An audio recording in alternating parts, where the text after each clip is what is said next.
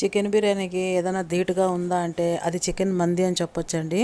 ఈరోజు నేను ఇంట్లోనే గుమగుమలాడే అరేబియన్ చికెన్ మంది చేస్తున్నానండి. రెస్టారెంట్ స్టైల్లో సేమ్ అదే టేస్ట్ వచ్చేలాగా చేసుకోవచ్చు. ఇప్పుడు బక్రీద్ పండుగ ఉంది కదా అనేసి ఈ రెసిపీ పెడుతున్నాను. మటన్తో కూడా ఇలాగే చేసుకోవచ్చు, అది మళ్ళీ ఒక వీడియో తీసి పెడతాను. ఇక్కడ నేను చికెన్ ఇలా పెద్ద పీసులుగా కొట్టించాను.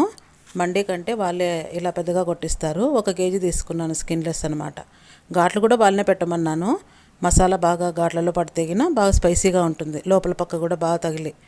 ఇప్పుడు మంది మసాలాకు అన్నీ ఒక్కొక్కటిగా వేస్తున్నాను. కొలతలు అనేది చాలా ఇంపార్టెంట్ అండి. ఎన్ని కేజీలైనా చేయొచ్చు అనమాట ఇలా కొలతలుగా వేసుకుంటూ పోతేగిన.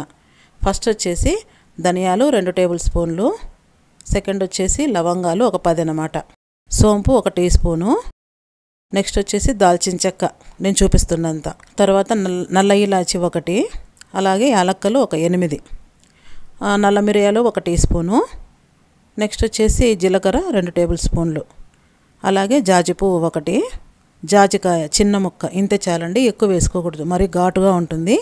ఇవన్నీ కలిపి మిక్సీకి వేసి ఒక బౌల్లో తీసుకొని 2 స్పూన్లంత పొడిని పక్కన తీసి పెట్టుకోవాలి. ఇది రైస్లోకి పనికొస్తుంది అనమాట. ఇప్పుడు ఇదే పౌడర్లోకి 1 tablespoon red chilli powder, అలాగే అల్లం వెల్లుల్లి పేస్ట్ 2 టేబుల్ స్పూన్లు, chaat masala powder 1 teaspoon, ఉంటే వేయచ్చు, లేదంటే స్కిప్ చేయొచ్చు, వేస్తే బాగుంటుంది అనమాట. ఆలివ్ ఆయిల్ అయినా వేయచ్చు, మనం ఇంట్లో వాడుకునే ఆయిల్ అయినా వేయచ్చు, అది 1 టేబుల్ స్పూను, 1 నిమ్మకాయ అంతా పిండి వేయాలి. కుంకుమ పువ్వును వచ్చేసి నీళ్ళలో నానబెట్టుకున్నదండి, ఒక 8 రెమ్మలంతా నానబెట్టుకున్నాను. కలర్ బాగుంటుంది, అలాగే మంచి సువాసన కూడా ఉంటుంది కుంకుమ పువ్వు వేయడం వల్ల. ఒకవేళ లేదనుకోండి ఆరెంజ్ కలర్ అయినా వేసుకోవచ్చు దీని ప్లేస్లో. అలాగే 1 స్పూన్ సాల్ట్ వేసి అంతా కలిపి ఇప్పుడు మసాలాను చికెన్కు బాగా అంటించాలన్నమాట. ఫ్రిడ్జ్లో పెడితే 3 గంటలు, బయట పెడితే 1 గంట చాలు.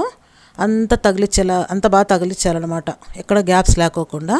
అప్పుడే బాగుంటుంది, మొత్తం మసాలా అంతా తగిలితేగిన కారంగా. ఇక్కడ నేను కేజీ చికెన్కు 1/2 కేజీ బాస్మతి బియ్యము కడిగి ఇది ఎప్పుడు నానబెట్టుకోవాలంటే మనం చేస్తామనగా 1 గంట ముందు నానబెట్టుకోవాలి. ఎక్కువసేపు నానబెట్టుకోండి, కలబెట్టినప్పుడు ఇరిగిపోతుంది అనమాట అన్నం అనేది. నెక్స్ట్ వచ్చేసి స్టవ్ మీద వెడల్పాటి గిన్నె పెట్టుకొని 1కి 1.5 నీళ్లు పోయాలి. బాస్మతికి అంతే చాలన్నమాట. 1కి 2 వేస్తే ముద్దైపోతుంది అన్నం, అది బాస్మతికి మాత్రమే. మామూలు బియ్యం అయితే 1కి 2 వేసుకోవచ్చు. ఈ నీళ్ళ మీద ఒక స్టెయినర్ పెట్టి ఇందాక మనం మ్యారినేట్ చేసుకున్న చికెన్ అంతా సర్ది పెట్టాలి, అంతా ఒకటే దాంట్లోనే పట్టేలాగా. ఎందుకంటే కింద నుంచి ఆవిరి బయటికి పోకూడదు, అలాంటి గిన్నె తీసుకోవాలి. ఆవిరి బయటికి పోయిందనుకోండి తొందరగా ఉడకదు. హై మంట మీద 10 నిమిషాలు పెట్టి మంట మీడియంలో పెట్టి చెక్ చేసుకుంటూ ఉండాలి ఉడికిందా లేదా అనేసి. అంటే ఒక అర్ధ గంట పడుతుంది అనుకోండి, మీడియంలో పెట్టుకుంటాం కదా, ఎందుకంటే హైలో పెట్టామంటే నీళ్లు మిరిపోతాయి కానీ ఉడకదనమాట. తర్వాత చెక్ చేసుకున్నాక స్టవ్ బంద్ చేసేసుకోవాలి. ఇప్పుడు ఈ నీళ్లతోనే రైస్ చేసుకోవాలి, నీళ్లు పడేయకూడదు అనమాట. చికెన్ను ప్యాన్లో నెయ్యి వేసి బాగా ఎర్రగా వేయించుకోవాలి. ఆ నీళ్ళని పొరపాటున కూడా మళ్ళీ పడేసారండి, పక్కన పెట్టుకోండి. అటు ఇటు తిరిగేస్తూ బాగా ఎర్రగా కాల్చుకోవాలన్నమాట. అంటే సిమ్లో పెట్టుకుంటూ హైలో పెట్టుకుంటూ. ఎక్కువ హైలో పెట్టేసామంటే పైన క్రిస్పీగా అవుతుంది కానీ ఇలాగన్నీ 1 బై 1 వేయించుకున్నాక పక్కన పెట్టేసుకొని నెక్స్ట్ వచ్చేసి రైస్ చేసుకోవడానికి ఒకటేసారి పెద్ద గిన్నె తీసుకోవాలి, బాగా వెడల్పుగా ఉండేది, ఎందుకంటే చికెన్ పీసులన్నీ పైన సర్దుకోవడానికి అనమాట. అదే ఆ గిన్నెలోకి 2 చెంచాల నెయ్యి వేసి, నెయ్యి కానీ ఆయిల్ కానీ ఫస్ట్ డ్రై ఫ్రూట్స్ వేయించుకోవాలి. ఈ మంది చికెన్ బిర్యానీలోకి డ్రై ఫ్రూట్స్ వేస్తారనమాట మామూలుగా, చాలా బాగుంటుంది.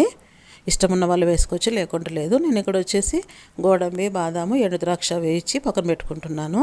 ఇదే నెయ్యిలోకి 1 కట్ చేసిన ఎర్రగడ్డ అనమాట పొడుగా వేసి బాగా వెర్రగా వేయించకూడదు, సగం పింక్ కలర్ రాగానే ఇందులోకి 2 స్పూన్ల అల్లం వెల్లుల్లి పేస్ట్ వేసి వేయించాలి. ఇందాక తీసిపెట్టిన మంది మసాలా పౌడర్ ఉంది కదండి, అదే వేయాలి, ఇంకా ఏం వేయకూడదు అనమాట దీంట్లోకి. అంతే ఈ రైస్కు మసాలా. ఇప్పుడు వచ్చేసి స్టీమ్ చేసిన చికెన్ నీళ్ళు కొలిచి కరెక్ట్గా 3 గ్లాసులు వచ్చేలా చేయాలి.